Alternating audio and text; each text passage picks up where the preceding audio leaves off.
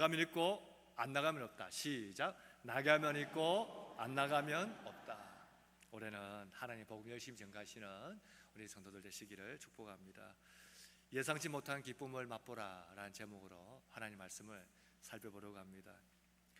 우리는 다 저마다 계획을 좀 가지고 있지 않습니까? 우리가 이제 연령대별로 계획을 가지고 있기도 하고, 혹은 직장생활을 하면서 또 계획을 가지고 있기도 하고, 혹은 자영업을 하면서 계획을 또 가지고 있기도 합니다.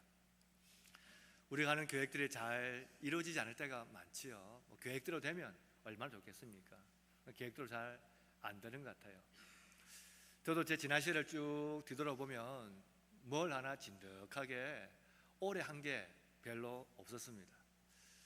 열심히 해가지고 한번 끝을 봐야 되는데 끝을 본 게 거의 없는 것 같아요. 그래서 저도 한번 계획을 세워봤습니다. 저의 버킷리스트, 챌린지, 목록을 좀 써봤습니다. 거창하게 뭘 할 수는 없고 대신에 몇 가지를 생각해봤어요.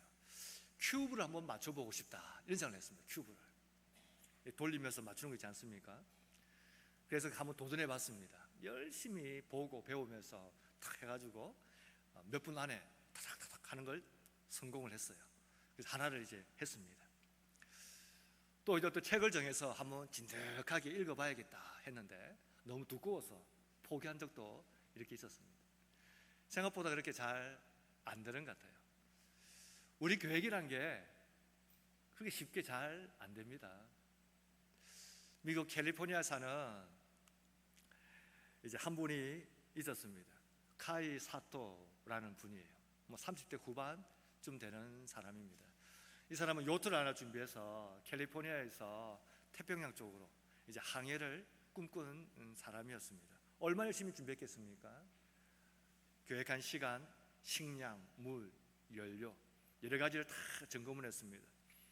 그리고 항해를 했는데 얼마 지나지 않아서 예상과 다르게 돛대가 부러져 버렸습니다. 그래서 한 달 동안 그냥 태평양을 표류하다가 극적으로 컨테이너선에 발견돼 가지고 이제 구조가 된 사람의 이야기가 있습니다. 출항해서 얼마 안 돼서 돛대가 부러져 가지고 너무 당황을 했고, 항법을 쓰기 위해서 썼던 휴대폰이 방전이 되어버리는 바람에 방향도 잊어버리고 연락할 길도 없어져 버렸습니다. 계속 떠내려만 가는 거예요. 아, 이제 죽었다, 이젠 정말 죽는구나, 그냥 포기해야겠다. 식수가 떨어졌습니다.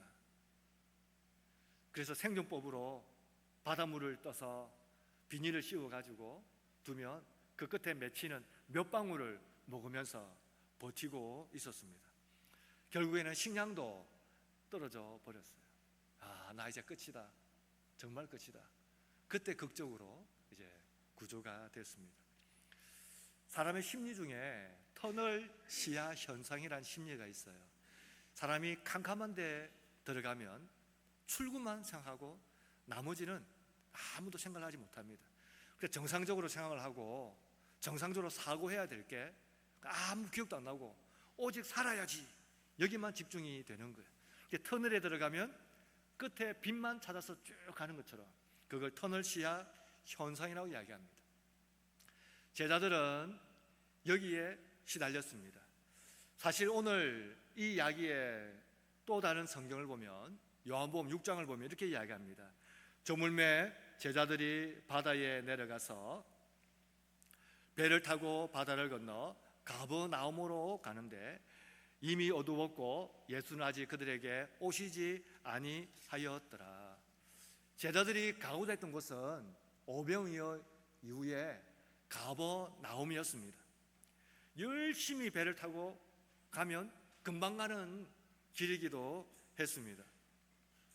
그런데 풍랑을 만났습니다. 밤새 노를 지었고 밤새 배의 키를 잡고 방향을 잃지 않으려고 애를 썼고 거기에 목숨을 걸고 온 힘을 다 쏟았습니다. 예수님이 가라고 해서 갔는데 풍랑을 만나고 죽을 것 같고 공포와 의심으로 그 긴 밤을 세웠습니다. 살아야 돼, 살아야 돼. 예수님이 왔는데도 유령이야, 유령이야 소리를 쳤습니다. 그리고 이제 풍랑이 먹고 밤이 지나고 새벽이 지나고 배가 도착한 곳은 가브나움이 아니고 오늘 본문의 출발인 게네사렛이에요. 사실 여러분,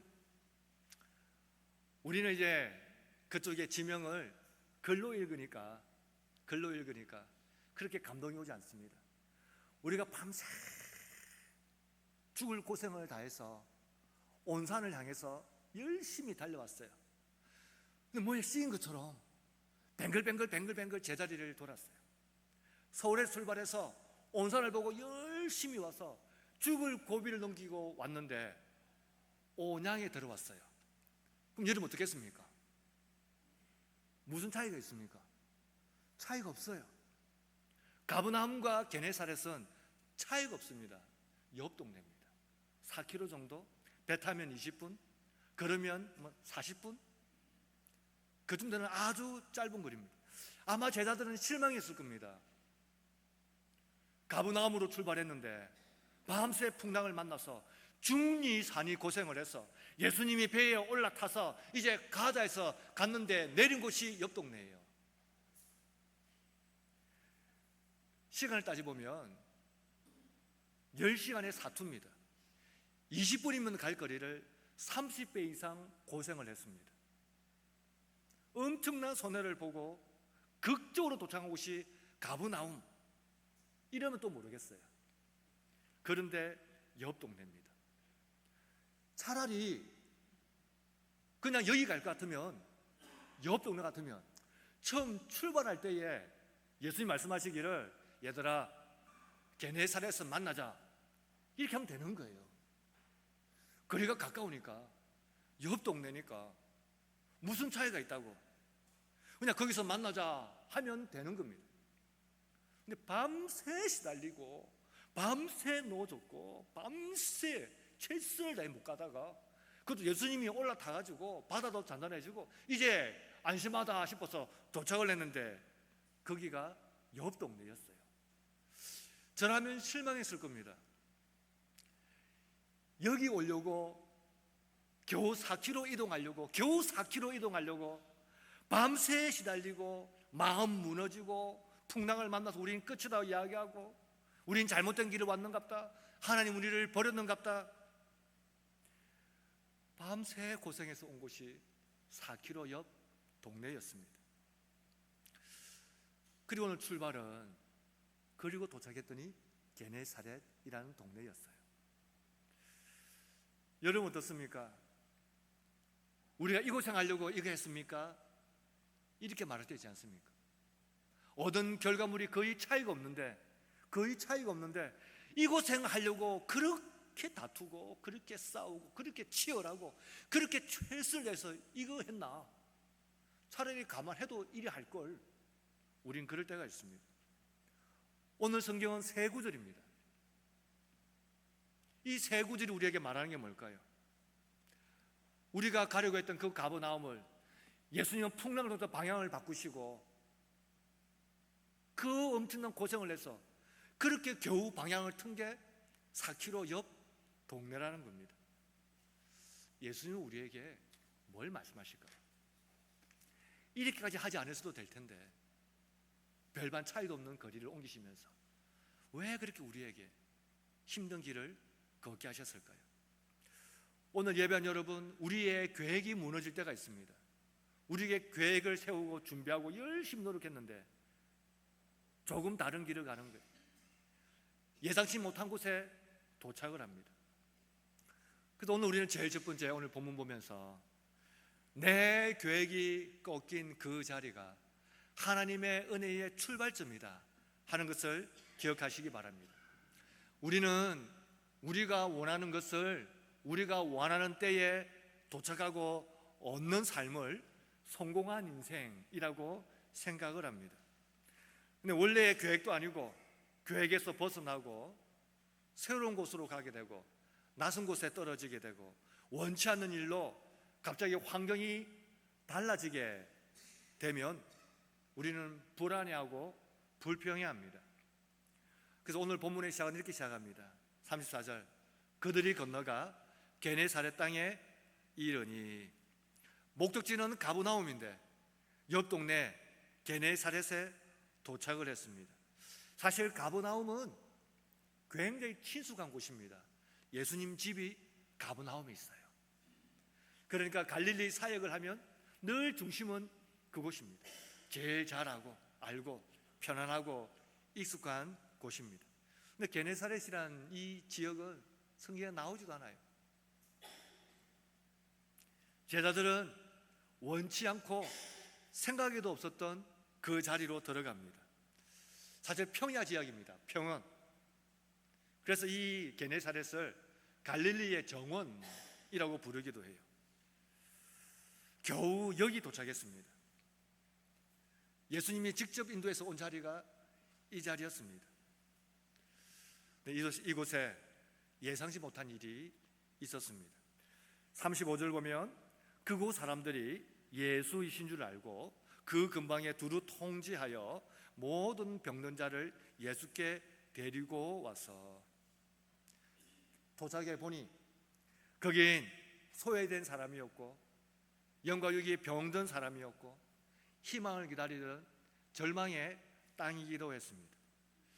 여러분, 우리가 뒤집어 생각해서 만약에 제자들이 오병이어에 흠뻑 취해가지고 이제 우리 잘 될 거야, 이제 모두 우리를 좋아할 거야, 오병이어 때문에 우리 다 성공해 라는 마음으로 가버나움으로 바로 갔다면 불쌍한 영혼들, 질병에 시달린 사람들, 예수를 간절히 찾는 사람들을 제자들은 만나지 못했을 겁니다.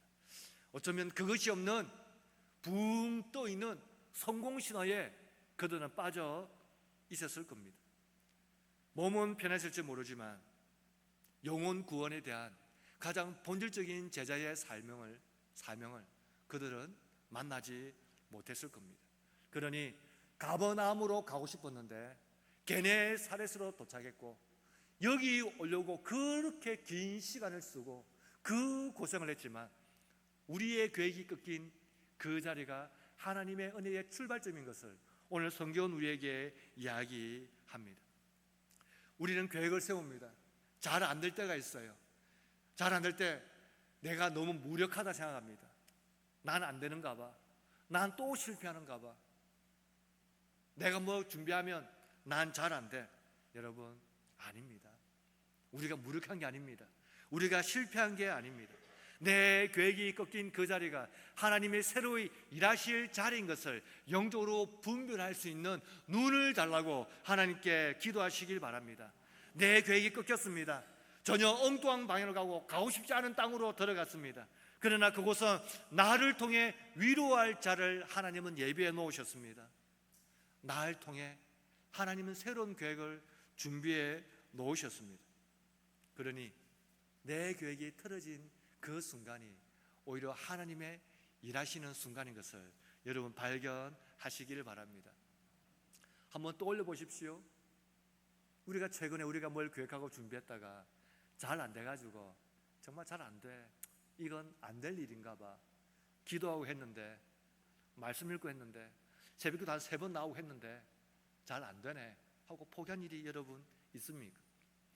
우리가 좀 더 멀리를 기억해 보면 계획이 막혔고 잘 안 됐는데 돌아보니까 하나님의 은혜가 이거였구나, 우리가 발견한 일이 있지 않습니까? 그러니 게네사렛은 우리에게 그런 땅이라고 할 수 있습니다. 시편 37편 23절은 이렇게 이야기합니다. 여호와께서 사람의 걸음을 정하시고 그의 길을 기뻐하시나니 그는 넘어지나 아주 엎드러지지 아니함은 여호와께서 그의 손으로 붙드심이로다. 우리가 자빠지고 넘어지고 쓰러지고 코가 깨지고 때로는 더 큰 상처를 입기도 하지만 아주 엎드러지지 아니함은 그가 그의 손으로 우리를 붙잡고 계심이로다. 그러니 우리의 계획이 틀어진 것을 원망하며 한탄하며 불평하며 시간을 보내시지 마시기를 바랍니다. 내 뜻대로 되지 않을 때에 여기에 하나님의 새로운 은혜가 있음을 우리 함께 발견하시기를 바랍니다. 여러분, 구약 성경에 요셉을 기억하십니까? 요셉의 인생을 상상해 보셨습니까? 형제들 중에 유일하게 채색 옷을 입었습니다. 모두 흑백 옷을 입는데 요셉만 컬러풀한 옷을 입은 거예요. 얼마나 돋보였겠습니까? 얼마나 아버지한테 사랑을 받았겠습니까? 요셉의 인생에 감옥을 상상했겠습니까? 요셉의 인생에 강간 밀수범을 상상했겠습니까? 요셉의 인생에 노예를 상상했겠습니까? 그의 인생에 형제가 자기를 죽일 거라고 상상이나 했겠습니까? 그의 인생의 지도에는 그 어느 것도 들어있지 않았습니다. 근데 그 다음부터 그의 인생, 아버지 말씀에 순종해서 형들을 찾아 나선 그 길부터 그의 인생은 꼬이기 시작합니다. 형들이 팔아버리고 노예로 팔리고 종으로 살고 주인의 부인을 강간하려고 했다는 누명을 쓰고 감옥에 갇히고 감옥에서도 또 수종을 들고, 그런데 놀랍게도 시간이 지나니까 하나님은 그를 애굽의 총리에 앉혀 두셨습니다. 본인의 계획대로 된 게 아무것도 없습니다. 모든 계획들이 매번 꺾였습니다. 그런데 꺾일 때마다 하나님의 계획이 조금씩 다가오고 있었습니다. 심지어 그는 형들에게 이야기합니다. 창세기 45장 5절에 당신들이 나를 이곳에 팔았다고 해서 근심하지 마소서, 한탄하지 마소서. 하나님의 생명을 구원하시려고 나를 당신들보다 먼저 보내셨나이다. 요셉은 비로소 깨달았습니다. 그의 인생에 긴 시간 동안 그의 모든 계획이 꺾일 때마다 난 왜 되는 게 없지? 난 왜 하는 것마다 안 되지? 난 왜 끝을 보지 못하지? 도대체 내가 뭘 잘못한 거야? 그런데 그의 계획이 잘못된 게 아니라 하나님은 하나님의 뜻을 이루려고 하신 것이었습니다. 제자들은 가버나움 가고 싶었습니다. 도착한 곳은 게네사렛이었습니다. 겨우 여기 오려고, 겨우 옆 동네 오려고 그렇게 밤새 고생하고 그렇게 죽을 고비를 넘기고 그렇게 풍랑을 삼고 그렇게 방향 자르고 배 키를 잡았나 싶을 정도로 너무 가까운 거리였지만 와서 보니 그곳은 구원의 손길을 기다리는, 하나님의 역사를 기다리는 땅이었습니다. 우리는 이번 한 주간을 보내면서 우리의 뜻대로 안 될 수 있습니다. 우리가 준비한 것이 중간에 막힐 수도 있습니다. 내가 원치 않는 일이 갑자기 터질 수도 있습니다. 그 순간 내 계획이 꺾인 그 자리가 하나님의 새로운 은혜의 출발이 되는 것을 믿으시고 그것을 분별할 수 있는 영적인 눈을 열어달라고 하나님께 기도하는 성도들 되시기를 출발합니다. 축복합니다. 오늘 두 번째는, 오늘 성경을 보면 내가 가려고 했던 가버나움이 무너지는 순간을 만날 때에 우리는 어떻게 해야 되는가 하는 겁니다. 본문을 다시 보면 이렇게 이야기합니다. 34절, 그들이 건너가 게네사렛 땅에 이르니. 사실 우리가 이 성경을 이해하려면 마태복음을 본다면 마태복음 14장 22절이 오늘 본문의 출발점이라고 할 수 있습니다. 예수께서 즉시 제자들을 재촉하사 자기가 무리를 보내는 동안에 배를 타고 앞서 건너편으로 가게 하시고, 제자들은 의지로 간 게 아닙니다. 자발적으로 배를 탄 것도 아니었습니다. 뭔가 대단한 욕심 때문에 혹은 실수로, 그것도 아닙니다. 예수님 하라고 하신 겁니다. 얼른 타, 얼른 타. 그러니 지금 이 분위기 한참 좋은데, 오병이요 분위기 한참 좋은데 예수님 가라 하시니까 말씀 순종해서 간 거예요. 그래서 말씀 순종해서 가라고 하니까 가버나움으로 간 겁니다. 우리는 말씀 순종해서 갔는데 목적지가 다를 때가 있습니다. 말씀 순종해서 출발했고 말씀 붙잡고 출발했는데 목적지가 다른 곳에 도착할 수 있습니다. 뭘 말할까요? 순종의 항해에도 풍랑이 올 수 있다는 것을 기억하시길 바랍니다. 우리는 기도 몇 번 하고 성경 몇 구절 읽고 예배 한번 간절히 드리고 그 다음에 순종합니다 하고 가면 일사천리로 모든 일이 잘 되기를 기대합니다. 네, 여러분, 최선을 다해서 하나님 말씀 붙들고 순종해도 그 가는 길에 풍랑이 와서 전혀 다른 엉뚱한 곳으로 도착할 수 있다는 것을 기억하시기를 바랍니다. 이렇게 보면 풍랑을 만나서 목적지가 달라진 것조차도 예수님의 계획 아래 있다는 것을 우리는 만나게 됩니다. 우리의 시간과 우리의 계획과 우리의 준비가 오늘 이 본문은 우리에게 이야기합니다. 그것이 내 손에 있지 않고 하나님 손에 있다는 겁니다. 그래서 시편 33편 11절에 이렇게 이야기합니다. 여호와의 계획은 영원하고 그의 생각은 대대에 이르리로다. 사랑하는 여러분, 우리가 말씀 붙잡고 출발하는 곳에서도 풍랑을 만나고 믿음으로 출발하는 곳에서도 풍랑을 만나고 은혜로 출발하는 곳에서도 풍랑을 만난다는 것을 기억하시길 바랍니다. 우리는 영적인 딜레마에 빠질 때가 있습니다. 말씀으로 출발하고 기도로 출발하고 은혜로 출발했는데 문제가 꼬이기 시작할 때에 항상 우리는 제일 먼저 내가 뭘 잘못했나, 아니면 내가 영적으로 충만하지 못했나 하고 자책하기 시작합니다. 그러면서 신앙이 흔들리기도 합니다. 하나님, 우리가 기도로 출발했습니다. 말씀으로 출발했습니다. 은혜로 출발했습니다. 근데 왜 자꾸만 틀어지고 안 되고 목적지가 엉뚱한 곳으로 갑니까? 왜 자꾸 우리는 이 반대의 반대를 만나게 됩니까? 그래서 바람이 커져가는 걸 보고 우리의 판단이 틀렸다고 우리는 쉽게 결정을 내립니다. 오늘 성경은 그렇게 쉽게 결정내지 말라는 거예요. 순종의 항해에도 풍랑이 찾아오고 말씀으로 붙잡고 사는 인생에도 어려움은 찾아오고 성령 충만한 삶을 사는 삶에도 고난이 찾아온다는 것을 우리에게 이야기를 하는 겁니다. 우리의 삶 가운데에 그렇게 열심히 신앙생활 하셨습니까? 갑자기 질병을 얻으셨습니까? 내가 뭔가 잘못했나? 영적인 딜레마에 빠져보셨습니까? 그렇게 열심히 살았는데 난 왜 이렇지? 라고 자책해 보셨습니까? 그렇게 열심히 기도의 자리를 지켰는데 갑자기 집안에 큰 원인이 생기고 가족이 병들어 들어 누웠습니까? 그래서 신앙이 아무것도 아닌 것으로 생각하십니까? 사랑하는 여러분, 말씀으로 출발한 곳에서도 풍랑이 찾아오는 것을 이야기합니다.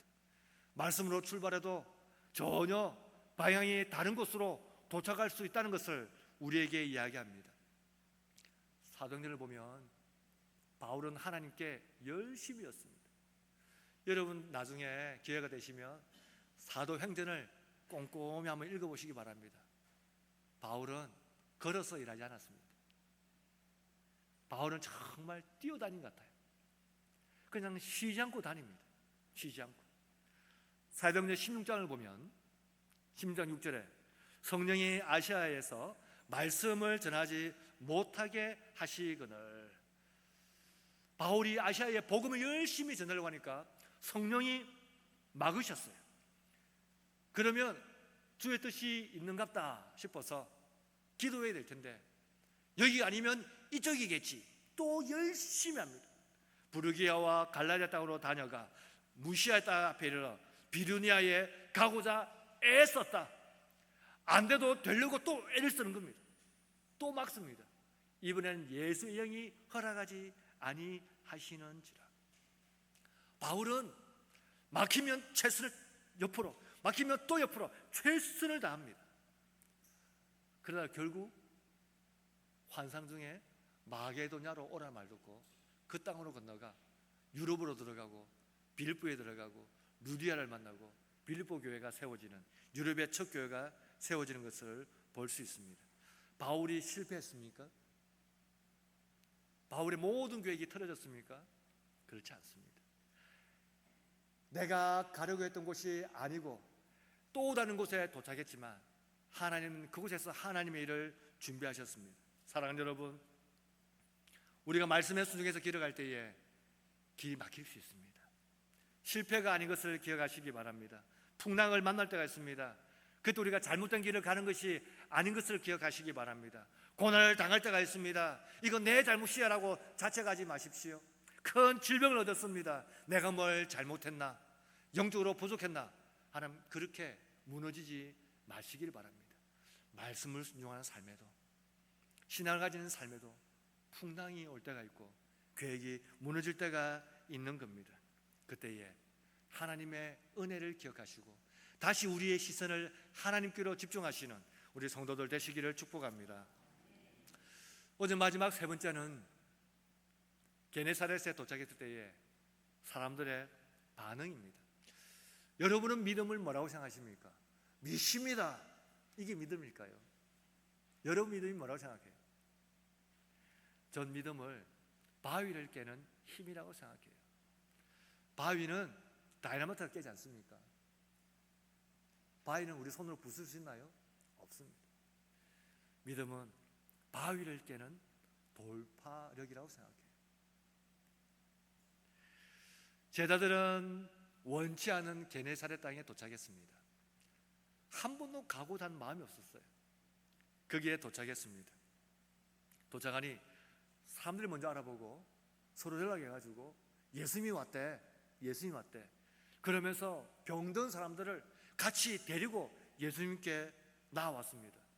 그리고 너무 놀랐습니다. 어제 낮에는 빵 달라 수만 명이 소리치면서 막 어떡하냐 할 때 빵 두니까 너무 좋아가지고 예수는 빵 두는 분이다. 예수 믿으면 빵 먹을 수 있다. 안 굶는다. 이게 어제 낮의 일이었어요. 오늘은 사람들 반응이 다른 거예요. 36절 보십시오. 다만 예수의 옷자락에도 손을 대게 하시기를 간구하니 손을 대는 자는 다 나음을 얻으니라. 너무 다른 반응을 보이는 겁니다. 어제는 빵을 주니까 구원자라고 불렀습니다. 어제는 500명이 기적을 행해서 빵 주고 생선 주고 원하는 대로 배불리 먹으니까 예수는 왕이라고 소리쳤습니다. 오늘 이 사람을 보십시오. 조건이 없습니다. 내가 배가 불러야, 내가 빵을 먹어야, 내 만족을 채워야 예수는 왕이라고 말하지 않습니다. 우리는 가끔 믿음을 오해합니다. 우리의 조건들이 채워지고 재정이 채워지고 우리의 여건들이 채워지고 난 다음에 그 다음에 일을 해서 이루는 것을 우리는 믿음이라고 생각합니다. 그건 믿음이 아니어도 할 수 있는 일이에요. 게네사렛 사람들은 대단한 요구를 하지 않았습니다. 그냥 옷자락이라도 만지고 싶어 했습니다. 여러분 궁금하지 않습니까? 왜 예수님의 발 앞에 무릎 꿇지 않습니까? 지금까지 우리가 만나는 모든 병자들은 예수님 발 앞에 무릎을 꿇었어요. 길을 막았습니다. 소리를 쳤습니다. 가지 마십시오. 나를 치료해 주십시오. 소경은 예수여 나를 불쌍히 여기소서. 백부장은 길을 막았습니다. 수로보는 여인은 예수님을 찾아왔습니다. 만나고 싶지 않아. 만나고 싶어요. 찾아왔습니다. 뭐 좀 해주세요. 기도 좀 해주세요. 좀 만져주세요. 귀신을 쫓아내주세요. 오늘 게네사렛에 있는 사람들은 그런 반응이 없어요. 그들은 와가지고 예수의 옷이라도 잡고 싶어, 이 마음이에요. 여러분 왜 옷자락을 만지고 싶어 했을까요? 왜 기도해달라고 말하지 않았을까요? 왜 살려달라고 소리치지 않았을까요? 그렇게 동네에 있는 사람들, 친구들 다 병든 사람을 데리고 왔는데 왜 그렇게 하지 않았을까요? 말라기 4장 2장을 보면, 4장 2절을 보면 이렇게 이야기합니다. 내 이름을 경외하는 너희에게는 공의로운 해가 떠올라서 치료하는 광선을 비추리니 너희가 나가서 외양간에서 나온 송아지같이 뛰리라. 우리 한글 성경은 메시아가 치료하는 광선을 바란다, 이렇게 번역했습니다. 아마도 여러분이 가지고 있는 성경을 보면 여기에 각주 숫자가 붙어 있을 거예요. 그 숫자를 쭉 아래 내려가면 광선 대신에 날개라고 번역하기도 한다라고 설명을 해 두었을 겁니다. 그런데 광선이라는 말은 날개의 품과 똑같은 말이에요. 그런데 유대인들은 생각했습니다. 광선, 날개, 똑같은 말이 옷자락입니다. 메시아의 옷자락 그늘 안에 있으면 회복되는 거예요. 그러니 게네사렛 사람들 생각했습니다. 예수는 우리의 구원자야. 예수는 우리의 메시아야. 그러니 그분의 옷자락이라 머물러 있으면 우리는 회복되는 거야. 그 믿음 가지고 예수의 옷자락을 잡으려고 손을 내밀었습니다. 그랬더니 나아버린 거예요. 선포도 치유도 물러가라 말도 없습니다. 네가 나았다 말도 없습니다. 믿음을 고백하고 메시아라 고백하고 옷을 잡았더니 깨끗하게 나아버렸습니다. 그러니 여러분, 예수의 옷자락을 잡아야 지금 지푸라기로 잡고 싶으라는 간절함이 아닙니다. 이건 신앙 고백인 거예요. 어제 낮에는 빵을 두니까 구원자라고 이야기했습니다. 근데 오늘은 빵이 아닙니다. 그분이 계시는 것만으로도 그분은 구원자라고 믿음으로 선포하고 있는 겁니다. 그래서 이 사람들은, 옷을 만진 모든 사람들은 나음을 입었다, 이 말은 퍼펙트해졌다, 이런 뜻이에요. 깨끗해졌습니다. 믿음이 뭘까요? 믿음은 바위를 깨는 겁니다. 믿음은 산을 깎아 평지를 만드는 것이고, 믿음은 바다를 메워 땅을 만드는 게 믿음입니다. 여러분은 믿음은 빵을 주고 빵을 먹고 배가 불러야 믿음을 생각하십니까? 예수님 왜 우리에게, 제자들에게 불과 옆 동네에 가자고 하면 될걸, 그 밤새 그 고생을 해가지고 중리산이해서 겨우 도착한 곳이 옆 동네인데 이럴 바에야 처음부터 옆 동네 가라고 하시면 될걸, 왜 그렇게 밤에 그 풍랑을 겪어서 옆 동네로 겨우 왔을까요? 정말 실망스러운 동네 아닙니까? 전혀 낯선 곳으로 가면 신선함에도 있지. 오늘 예수님 우리에게 말씀하게 해주고 싶은 게 그거였습니다. 믿음은 뭘까요? 믿음은 바위를 깨는 거예요. 12년 동안 혈루증을 앓았던 한 여인의 이야기가 마가복음에 나옵니다. 마가복음 5장을 보면 이 여인의 믿음을 이렇게 설명합니다. 마가복음 5장 28절, 이는 내가 그의 옷에만 손을 대어도 구원을 받으리라 생각함이라. 같은 마음이지요. 예수의 옷만 잡아도 낫습니다. 사랑하는 성도 여러분, 게네사렛에 수많은 병자가 있었습니다. 그 사람들은 예수님의 옷자락을 잡으면 산다. 가장 단순한 것 아닙니까? 믿음이 있으면 바위를 깨는 겁니다. 오늘 내 삶에 있는 바위 무엇으로 깨시겠습니까? 여러분은 드릴을 찾고 있습니까? 여러분은 망티를 찾고 있습니까? 여러분 기계를 찾고 있습니까? 여러분은 크레인을 부르고 있습니까? 예수님 오늘 우리에게 보여주는 게 뭐겠습니까? 우리에게 보라는 겁니다. 오병이의 기적 현장에서 덜 떠있지 말고 믿음을 가지고 바위를 부수는 사람들을 바라보라라는 겁니다. 하나님의 세미한 음성에 귀를 기울이십시오. 말씀에 귀를 기울이시길 바랍니다. 우리가 매일 아침 눈을 떴을 때에 여전히 변함없이 나를 지키시고 안으시는 그분의 옷자락을, 그 말씀의 그늘 아래 서시기를 바랍니다. 우리의 상황이 아무리 거칠고 힘들어도 우리가 그분의 말씀을 붙잡을 때에 바로 그 순간 우리를 짓누르던 바위는 깨지기 시작할 겁니다. 말씀을 정리합니다. 오늘 성경은 세 구절, 참 짧지 않습니까?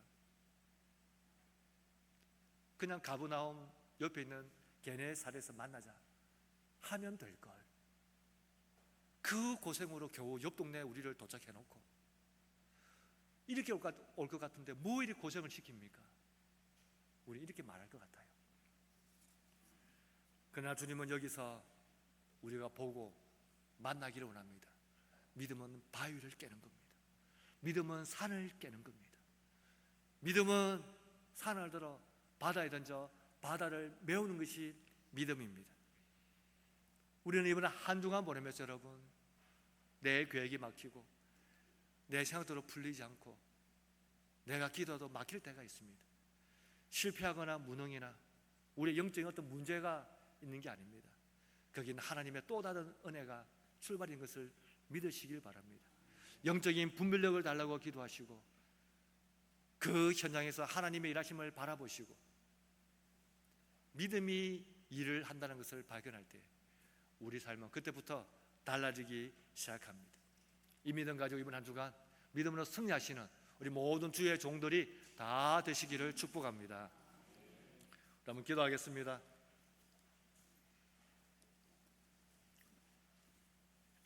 우리가 말씀을 가지고 한번 하나님께 기도합시다.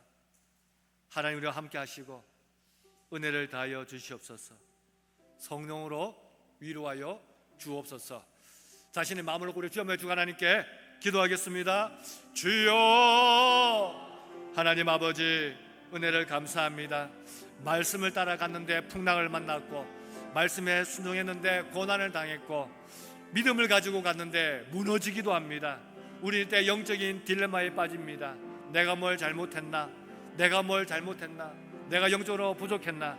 그러나 무너진 그 자리가 하나님 은혜의 출발점이었고 하나님 은혜의 시작이었습니다. 하나님 아버지 우리로 하여금 알게 하시고 깨닫게 하여 주시옵소서.